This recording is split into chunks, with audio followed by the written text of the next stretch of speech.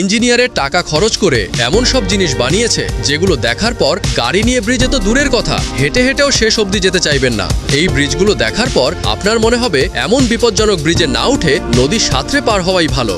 স্বাগতম বন্ধুরা রহস্য রিসার্চের নতুন আরও একটি পর্বে।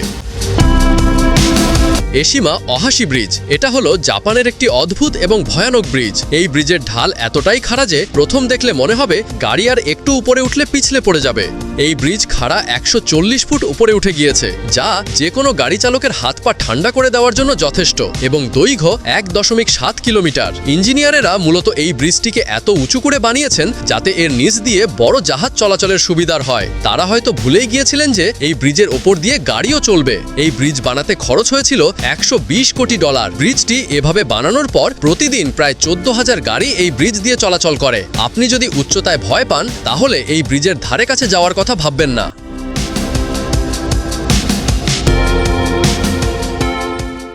ভায়াদুক ডি মিলাউ, এটা পৃথিবীর সবচেয়ে উঁচু ব্রিজ যা ফ্রান্সে অবস্থিত।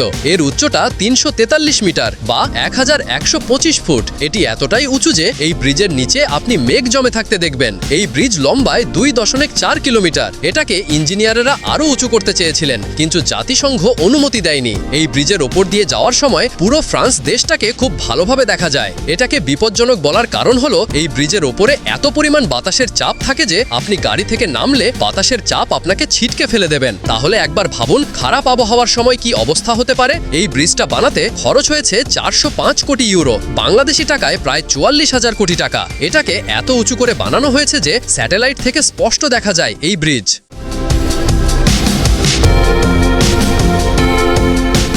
স্কাই ব্রিজ, এটা হলো মালয়েশিয়ার সবথেকে অদ্ভুত এবং ভয়ানক ব্রিজ। এই ব্রিজ 2418 ফুট লম্বা এবং এটার উচ্চতা প্রায় 2300 ফুট। মূল সমস্যা হলো এই ব্রিজটি ধরে রাখা পিলার মোটেও সোজা না, পিলারটা একদিকে হেলে আছে। তার থেকেও ভয়ানক ব্যাপার হলো এই ব্রিজটি সোজা না গিয়ে বেঁকে গিয়েছে। ব্রিজটা পিলারের সাথে মাত্র কয়েকটা কেবল দিয়ে ঝুলে আছে। ইঞ্জিনিয়ারেরা কি দেখে এমন ডিজাইন করলেন তা কেবল তারাই জানেন। এই ব্রিজটি বানাতে খরচ হয়েছিল প্রায় 20 কোটি মালয়েশিয়ান রিঙ্গিত, বাংলাদেশি টাকায় প্রায় 400 কোটি টাকা। এই ব্রিজটাকে মূলত বানানো হয়েছিল পর্যটকদের জন্য, কিন্তু ব্রিজটা অনেক বেশি উঁচুতে হওয়ার কারণে এবং ভয়ঙ্কর ডিজাইনের কারণে পর্যটকরা খুব একটা যেতে সাহস পায় না।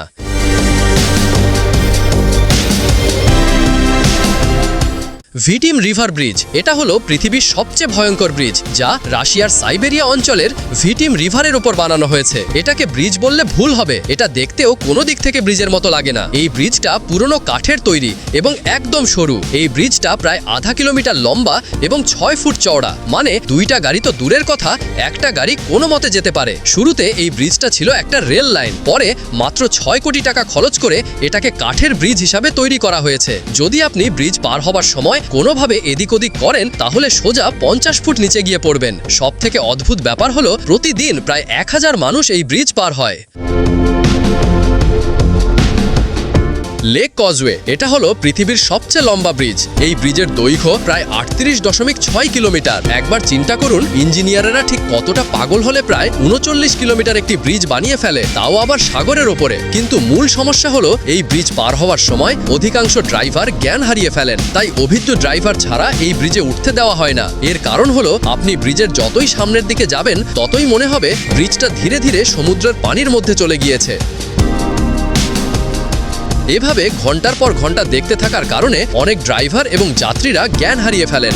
ওই ব্রিজটি বানাতে মোট খরচ হয়েছিল প্রায় $350 কোটি, বাংলাদেশি টাকায় প্রায় 35,000 কোটি টাকা।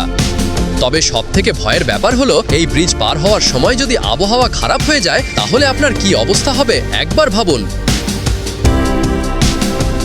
হোসাইনি হ্যাঙ্গিং ব্রিজ, এটা হলো পাকিস্তানের সবথেকে বিপজ্জনক ব্রিজ। এটা মূলত একটা ঝুলন্ত ব্রিজ যা হুঞ্জা রিভারের ওপর দিয়ে চলে গিয়েছে। এই ঝুলন্ত ব্রিজটা কয়েকটা কাঠের পাটাতন একসাথে জোড়া লাগিয়ে তৈরি করা হয়েছে। এই ব্রিজ শুরুর দিকে স্থানীয়দের জন্য তৈরি করা হয়েছিল, কিন্তু এখন পর্যটকরা এই ব্রিজ দেখার জন্য সেখানে যায়। আপনাকে লাখ টাকা দিলেও হয়তো আপনি ব্রিজের ওপরে উঠতে চাইবেন না, কারণ প্রত্যেকটা কাঠের পাটাতনের থেকে আরেকটা কাঠের পাটাতনের মাঝখানে প্রায় 1.5 থেকে 2 ফুটের গ্যাপ। আপনি ভুল করে পা পিছলে গেলে একেবারে প্রায় 980 ফুট নিচে গিয়ে পড়বেন, কিন্তু স্থানীয়রা কোনো ধরনের টেনশন ছাড়াই আরামে এই ব্রিজ পার হয়ে যেতে পারেন। ব্রিজটা এত দুর্গম জায়গায় অবস্থিত যে সরকার চাইলেও খুব একটা বেশি সংস্কার করতে পারে না, কিন্তু তারপরও হাজার হাজার পর্যটক শুধু এই ব্রিজটাকে পার হওয়ার জন্য সেখানে যায়। আপনার কাছে কোন ব্রিজটা সবথেকে বেশি ভয়ঙ্কর মনে হয় কমেন্টে জানাতে ভুলবেন না। ভিডিওটি ভালো লাগলে লাইক কমেন্ট করতে ভুলবেন না। ধন্যবাদ।